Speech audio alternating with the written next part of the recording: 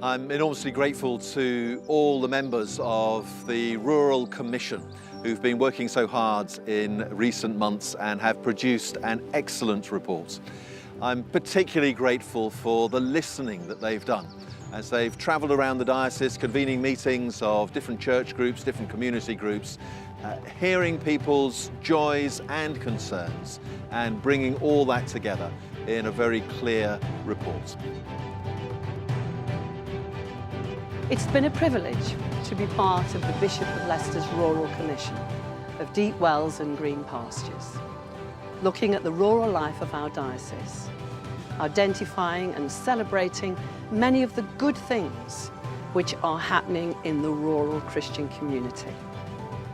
I know when I speak to many people across the country of Leicester, they usually think of us as a urban, multicultural, multi-faith community, and that we are certainly, but we're right in the heart of rural England. And actually, in terms of landmass, most of our diocese is actually countryside.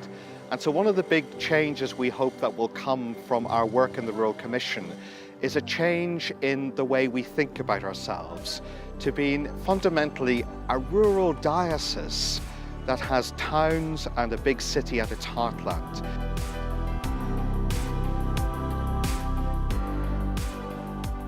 Our title of this commission is Deep Wells and Green Pastures.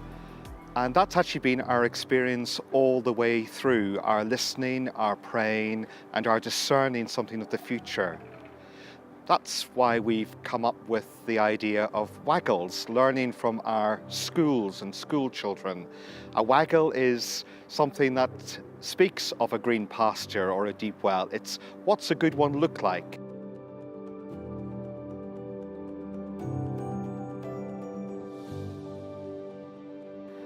We recognise that that means affirming much that's there already. It also means changing some things and reshaping the way that we are church in the 21st century.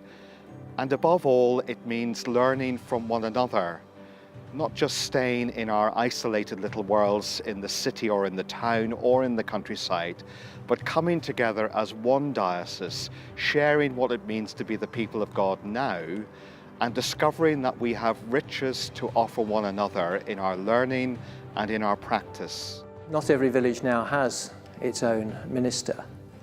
We share our minister with 5 other parishes. The services are not every Sunday.